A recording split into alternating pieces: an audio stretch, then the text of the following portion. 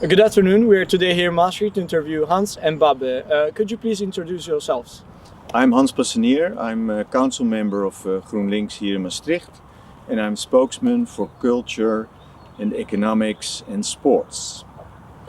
I'm Babbe Cuppens. I became an active party member I think a year ago, and I just recently started to get involved more, for instance with a student campaign or being in contact with students in Maastricht. Okay, so what is Groenlinks? What are your standpoints and values? Well, we have the normal standards of Groenlinks in that we have a sustainable and green image.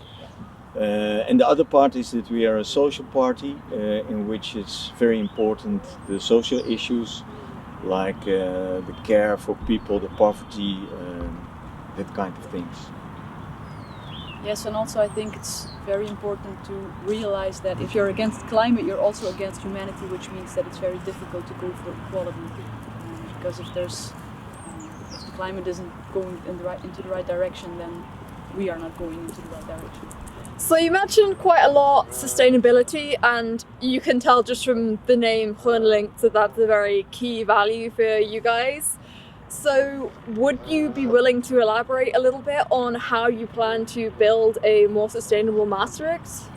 Well, we want to make a sustainable Maastricht in 2030, and that means that it's on housing, on economics, on the city logistics. We want more electric vehicles. We want more, housing which are isolated. We want for new products that they are not connected to the gas. So all those things we have in our party program, but it's also difficult, we know, because we have to make a transition to new energy, and that's not easy. So we have a lot of discussions and a lot of things to do in connection with our our citizens to make that a result. Another major concern for students and as well for the municipality is housing. We're fully aware that Maastricht is not the only city displaying of this problem. What does Groenlinks intend to do to tackle this problematic? Is there any concrete planning on building more housing or more sustainable housing? What do you think? Well, two things. One is the housing for everybody. We have a lot of plans. Now we had a plan in the neighborhood of the station to make more housing, and that is because we think we had to make more than the question is for housing. Why? Because the houses are raising in prices and we have to lower them. So we have to make a little bit more houses than there are questions. I don't know the exact words for it.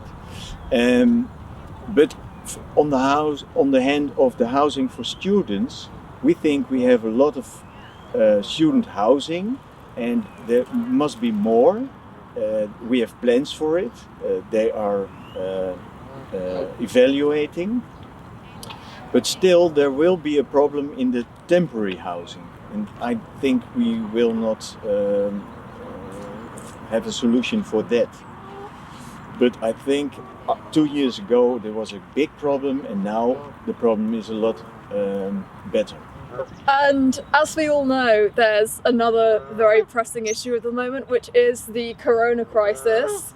And aside from all the public health aspects, it has a very big psychological impact, particularly on students with the struggles of online education, on top of the psychological impact of decreased social contact. So we were just wondering, do you have any ideas how to improve student well-being in Maastricht?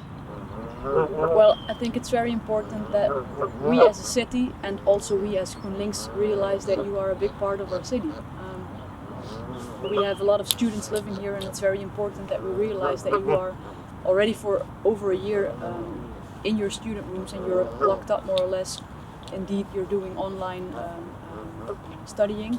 So if we reopen, we need to reopen as a whole. We don't need to reopen schools, and we need to reopen culture and bars. No, we have to make sure that there is a connection between the teams, and that you feel welcome, and also that we know what's going on in your in your minds, so that we know what we can look for in Maastricht to offer you, and also to make sure that the different fields connect, that it's not just students going to bars again, but that there's also more culture available, and that you feel back at home in Maastricht. As a last question, you were touching upon locals and students. Maastricht University, being a predominantly international student community, attracts a lot of foreign students. This means that there is this constant clash between locals and foreign students. What do you think should be done to bridge this gap? Do you have any concrete proposition on that? Well, I do think that there's a big opportunity for political parties, so also Groenlinks, to connect with the students, because, well, what I just said, you are a big part of our city, so if we want to know what's going on with our citizens, we have to talk to them, and I think Hans already explained earlier that it's very important to be in a dialogue and to talk to you guys, and to invite you also to actively come to us and tell you what's going on, what do you need from your municipality, and also what kind of themes or projects are interesting for you, so that we know where to put a focus on, so that it's available for you as well. Yeah, I think the dialogue between us and you as students, us citizens and you students, is very important. I don't know if there is really a problem between the students. I never heard of it, so that's new for me. But the dialogue is very important, because you want something, and we had an experiment with opening the policy making in the city hall, and it was every time it was very nice to meet citizens, but it will be also very nice to meet students, and also to be participant in the bigger issues we have, because things like we had in the past, we had a few students about sexuality, diversity, and it was very helpful. So be a member of Groenlinks. Thank you very much.